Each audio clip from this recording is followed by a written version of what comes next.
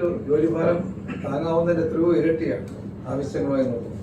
അപ്പോൾ അത് നമുക്ക് ഗൗരവമായി പ്രത്യേകം പരിഗണിക്കേണ്ട ഒരു വിഷയമാണെന്ന് സൂചിപ്പിച്ചാണ്. ഗവൺമെന്റ് ആ നിലയിൽ, ജില്ലാ ഭരണകൂടം ആ നിലയിൽ തന്നെ കാണും.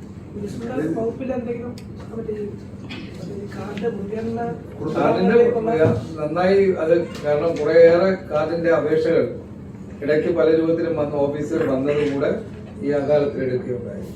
അദാലത്തിൽ ഓൺലൈൻ ലഭിച്ച അപേക്ഷകളും എടുത്തു.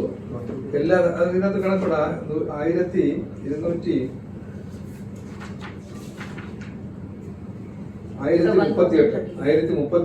റേഷൻ കാർഡ് വിതരണം ചെയ്തു. ആ റേഷൻ കാർഡ് വാങ്ങുന്നവരുടെ കണ്ണന് നിറയെ പാവങ്ങളാണ്, പട്ടിണി പാവങ്ങളാണ്. അവർക്ക് എത്രയും ഇന്നലെ ഉൾപ്പെടെ പുതിയ അപേക്ഷ ഒരുപാട് വരികയുണ്ടായി. അപ്പൊ അത് പരിശോധിക്കാനും സമയബന്ധിതമായി പൂർത്തിയാക്കാനും അവസരം കൊടുത്തിട്ടുണ്ട്. 25 വരെ ഓൺലൈനിൽ തന്നെ അവർക്ക് സിവിൽ സപ്ലൈസ് വകുപ്പിൽ അപേക്ഷ കൊടുക്കാൻ അവസരം കൊടുത്തിട്ടുണ്ട്.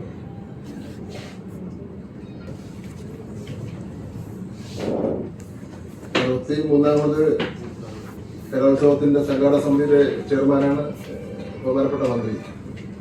അതിന്റെ പേറ്റൻസിലുള്ള ഒരാളാണ് തിരുവനന്തപുരം ജില്ലാ കളക്ടർ. വിശദമായിട്ടുള്ള പ്രദർശനങ്ങൾ ഞങ്ങൾ പിന്നെ നടത്താം.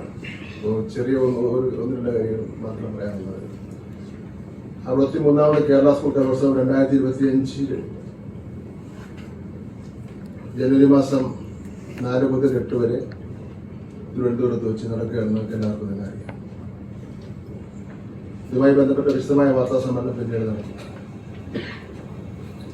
ഇപ്പോൾ കലോത്സവ വേദികളിൽ ഉണ്ടായിരുന്ന അനാരോഗ്യ പ്രവണതകൾ ചൂണ്ടിക്കാട്ടാനാണ് ആഗ്രഹിക്കുന്നത്.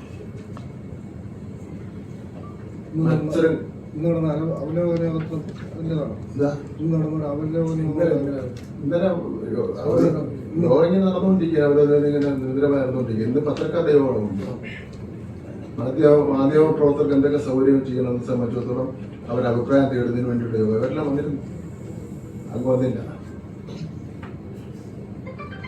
മത്സരങ്ങളിലെ ജഡ്ജിമെന്റുമായി ബന്ധപ്പെട്ട് അനാവശ്യ പ്രശ്നങ്ങൾ ഉണ്ടാക്കുകയും അധികൃതരെ തടഞ്ഞു വയ്ക്കുകയും ചെയ്യുന്ന പ്രവണത ചിലയിടങ്ങളിൽ തന്നെ കാണുകയാണ്. ഇത് കലോത്സവത്തിന്റെ ആരോഗ്യകരമായ അന്തരീക്ഷത്തിന് വിഘാതം സൃഷ്ടിക്കുന്നു.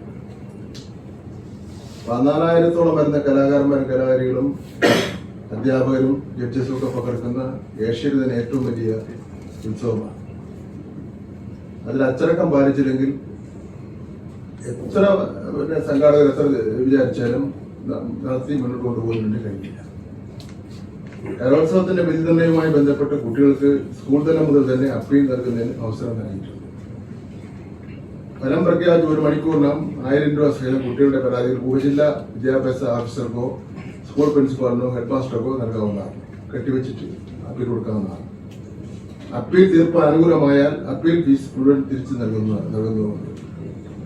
ഉപജില്ലാ മത്സരങ്ങളിലെ വിധി നിർണ്ണയത്തിലെ പരാതികളുണ്ടെങ്കിൽ തീർപ്പ് കൽപ്പിക്കുന്നതിനായി ജില്ലാ വിദ്യാഭ്യാസ ഓഫീസർമാർ അധ്യക്ഷനായി VHSC assistant director, HSC regional deputy director എന്നിവരോ അവർ ഓരോരുത്തരും ചുമതലപ്പെടുത്തുന്ന പ്രതിനിധികളോ ഉൾപ്പെടുന്ന വിദഗ്ധരടങ്ങുന്ന 5 പേരെ സമിതി ഉണ്ടായിരിക്കും. ഉപജില്ലാതല മത്സരം ഫലം പ്രഖ്യാപിച്ച് 1 മണിക്കൂറിന് 2000 രൂപ ഫീസ് സഹിത പരാതികൾ നിശ്ചയിച്ച് നിശ്ചിത മാതൃകയിൽ തയ്യാറാക്കി ബന്ധപ്പെട്ട ജനറൽ കൺവീനർമാർക്ക് മത്സരാർത്ഥിക്കോ ടീം മാനേജർക്കോ നൽകാവുന്നതാണ്. റവന്യൂ ജില്ലാ കലോത്സവ മത്സരങ്ങളുടെ വിതരണത്തിനെതിരെ പരാതികളുണ്ടെങ്കിൽ അവ തീർപ്പ് കൽപ്പിക്കുന്നതിനായി പൊതുവിദ്യാഭ്യാസ ഡയറക്ടറിലെ ജോയിന്റ് ഡയറക്ടർ അല്ലെങ്കിൽ പൊതുവിദ്യാഭ്യാസ ഡയറക്ടറിലെ വിദ്യാഭ്യാസ ഡെപ്യൂട്ടി ഡയറക്ടർ, മറ്റ് ജില്ലകളിലെ വിദ്യാഭ്യാസ ഉപ ഡയറക്ടർ, ചെയർമാനും അതാത് മേഖലയിലെ higher secondary RDD VHSC assistant ഡയറക്ടർമാർ ഉൾപ്പെടെയുള്ള അംഗങ്ങളായി ചേർത്ത് അപ്പീൽ കമ്മിറ്റി രൂപീകരിച്ചിട്ടുണ്ട്. മുൻപാണെങ്കിൽ ഈ ജില്ലയിലെ അപ്പീൽ കേൾക്കുന്നതും ഈ കലോത്സവം സംഘടിപ്പിക്കുന്ന DD തന്നെയാണ്. ഇപ്പൊ അത് മാറ്റി മറ്റ് ജില്ലയിലുള്ള ആൾക്കാർക്കാണ് അത് കൊടുത്തിട്ടുള്ളത്. തിരുവനന്തപുരം ജില്ലയിലെ അപ്പീൽ കേൾക്കുന്നത് ചിലപ്പോൾ കണ്ണൂരിലെ DD ആയി കേൾക്കുന്നത്. അപ്പീൽ കമ്മിറ്റിയിൽ ചെയർമാൻ ഉൾപ്പെടെ 9 അംഗങ്ങളാണുള്ളത്. അപ്പീൽ തീർപ്പിൽ എതിരഭിപ്രായം ഉണ്ടാകുന്ന സാഹചര്യത്തിൽ മത്സരാർത്ഥികൾക്ക് കോടതി സമീപിക്കാൻ. ഇത്രയും സൗകര്യങ്ങൾ ഉണ്ടായിരിക്കെ പരസ്യമായ പ്രതിഷേധ പ്രകടനങ്ങൾ കലോത്സവത്തിന്റെ അന്തസ്സിന് തന്നെ നിരക്കാത്തത്.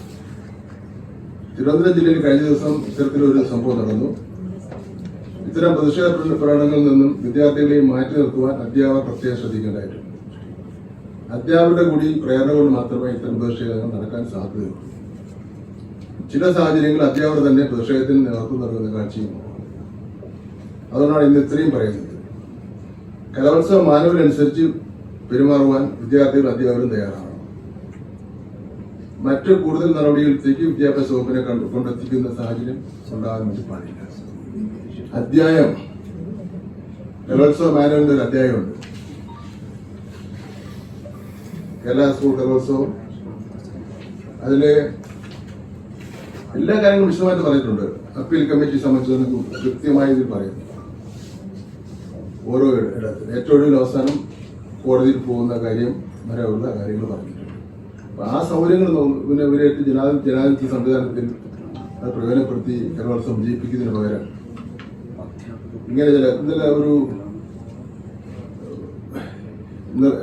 ഒരു കുറച്ച് കുട്ടികൾ ഒരു സ്കൂളിലെ തലസ്ഥാനത്തിലെ സ്കൂളിലെ കുറച്ച് കുട്ടികൾ ടി ഡി ചെന്ന് 2 മണിക്കൂറിനകം പ്രവേശിച്ചു.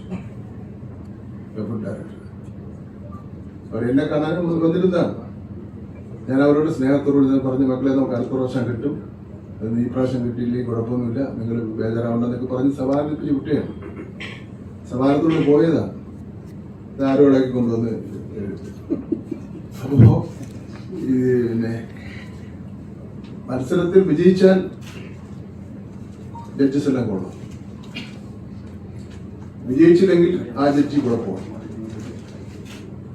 അത് നമുക്ക് തീരുമാനിക്കാനേ പറ്റില്ല. ഇപ്പൊ ഒരു പ്രവണത ചില സ്ഥലങ്ങളിൽ കാണുന്നുണ്ട്.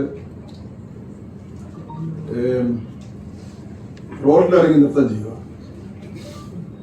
നാടകം കളിക്കുക റോഡിലിറങ്ങി. അതൊന്നും നമുക്ക് അനുവദിക്കാൻ വേണ്ടി പറ്റില്ല, ഒരു കാരണവശാലും അനുവദിക്കാൻ വേണ്ടി പറ്റില്ല. മാനുവലിനനുസരിച്ച് മാത്രമേ കാര്യം നടത്തിക്കൊണ്ട് പോകുന്നതിന് വേണ്ടി പറ്റുള്ളൂ. അതിന് രക്ഷകർത്താക്കൾ സഹകരിക്കണം, PT സഹകരിക്കണം, ഈ കലാ അധ്യാപകരുണ്ട് പഠിപ്പിക്കുന്ന അവരും ഇതിൽ സഹകരിക്കേണ്ടതായിട്ടുണ്ട്. ഇതിന് സാധാരണ ജഡ്ജസിനെ ഈ വർഷം ഉള്ളവർ അടുത്ത വർഷം ഉണ്ടാവില്ല. നമുക്ക് അവൈലബിൾ ആയിട്ടുള്ള ആൾക്കാരെ എടുക്കുന്നത്. പണ്ടാണെങ്കിൽ ആരാണെന്ന് അറിയില്ല. ഇന്നതല്ല, മത്സരം തുടങ്ങുന്നതിന് മുമ്പ് തന്നെ അവരുടെ ക്വാളിഫിക്കേഷൻ അനൗൺസ് ചെയ്തിട്ടാണ് ഓരോ ജഡ്ജസിന്റെ അനൗൺസ് ചെയ്തിട്ടാണ് തുടങ്ങുന്നത്. അപ്പൊ അങ്ങനെയുള്ള എല്ലാം ഇത്രയും പിന്നെ ഇതായിട്ടാണ് നടത്തുന്നത്. അപ്പൊ അതൊരു ഇന്നിപ്പോ നമ്മുടെ മാധ്യമങ്ങളും പ്രിന്റ് മീഡിയാസും വിഷ്വൽ മീഡിയാസും വളരെ ലൈവായിട്ട് നിൽക്കുന്നതുകൊണ്ട് അവർക്കും രസമാണ് ഇതിൽ എടുത്തെടുത്ത് കൊടുത്ത് കിടന്ന് നമ്മളിത് കഷ്ടപ്പെട്ട് പ്രയാസപ്പെട്ട് ഇത്രയും നടത്തിയിട്ട് മത്സരിക്കുന്നവർ എല്ലാവർക്കും സമ്മാനം കിട്ടൂലല്ലോ. കഴിഞ്ഞ പ്രാവശ്യം കിട്ടിയെന്ന് വിചാരിച്ച് ഈ പ്രാവശ്യം കിട്ടുമെന്നില്ലല്ലോ. അപ്പൊ ആ ഒരു കാര്യമാണ് പറയാനുള്ളത്. മറ്റൊന്ന്,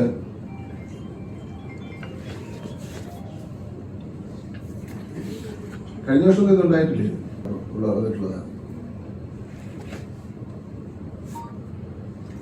കലോത്സവത്തോടനുബന്ധിച്ചൊരു എക്സിബിഷൻ പുത്തരിക്കണ്ട മൈതാനത്ത് പൊതുവിദ്യാഭ്യാസ വകുപ്പ് നടത്തുകയാണ്. പുതിയ കഴിവാണ്.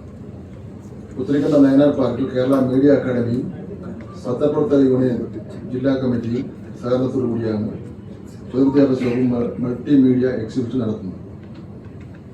ഒളിമ്പിക്സ് മാതൃകയിൽ കൊച്ചിയിൽ നവംബറിൽ സംഘടിപ്പിച്ച സംസ്ഥാന സ്കൂൾ കായികമേളയിലെ മികച്ച ഫോട്ടോയ്ക്കും പേജ് ലേഔട്ടിനുമാണ് സമ്മാനം നൽകുന്നത്.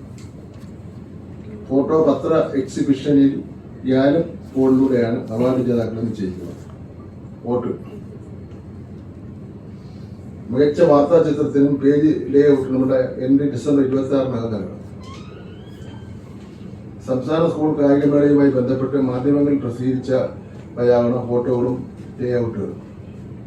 കാണികൾ തിരഞ്ഞെടുക്കുന്ന ഫോട്ടോയ്ക്കും ലേഔട്ടിനുമായിരിക്കും പുരസ്കാരങ്ങൾ നൽകുക. 1, 2, 3 സ്ഥാനങ്ങൾക്ക് ക്യാഷ് പ്രൈസും ഫലകവും സർട്ടിഫിക്കറ്റും കലോത്സവത്തിന്റെ സമാപന സമ്മേളനത്തിൽ സമ്മാനിക്കും. ഒരു ഫോട്ടോഗ്രാഫർക്ക് 3 ഫോട്ടോകളും ഒരു പത്രത്തിന് 3 ലേഔട്ടും അയക്കാം. School games Kerala state gmail.com എന്ന മെയിലിൽ ID ഡിസംബർ 26-നുള്ളിൽ എൻട്രികൾ ലഭിച്ചിരിക്കണം. പ്രസിദ്ധീകരിച്ച പത്രത്തിന്റെ കോപ്പിയും അയക്കണം. പോയകാല കലോത്സവത്തിലെ അസുലഭ ഫോട്ടോകളും എക്സിബിഷനിലേക്ക് ക്ഷണിക്കുകയാണ്. നല്ല രസമായിരിക്കും ആ ഫോട്ടോകളിലാണ് കാണാൻ.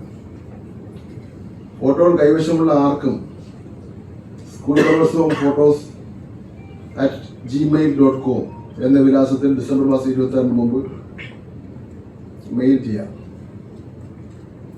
സംഘാടക സമിതി തിരഞ്ഞെടുക്കുന്ന ഫോട്ടോകൾ എൻലാർജ് ചെയ്ത് കലോത്സവ വേദിയിൽ പ്രദർശിപ്പിക്കും. ഇതിൽ നിങ്ങളായിരിക്കണം 100 റീലുകൾ തയ്യാറാക്കുകയാണ്. 1000 റീലുകൾ തയ്യാറാവുകയാണ്. അതിന്റെ ആദ്യഘട്ടം എന്ന നിലയിൽ തന്നെ അതിനെ സംബന്ധിച്ചൊരു പൊതുധാരണ 30 സെക്കൻഡ് സമയത്തിനുള്ളിൽ തയ്യാറാക്കുന്ന റീലുകൾ ആ രീതിയിലാണ് തയ്യാറാക്കിയത്. സാമൂഹിക സാംസ്കാരിക തനിമ ഉൾക്കൊള്ളേണ്ടതാണ്. സോഷ്യൽ മീഡിയയിൽ ലഭിക്കുന്ന പ്രതികരണങ്ങൾ വിലയിരുത്തി മികച്ച സ്കൂളുകൾക്ക് സമ്മാനങ്ങൾ നൽകുകയും തീരോത്സവം ഉദ്ഘാടനം ഇന്നിവിടെ ചെയ്യുകയാണ്. ഇന്ന് 4 റീലുകൾ റിലീസ് ചെയ്യുക.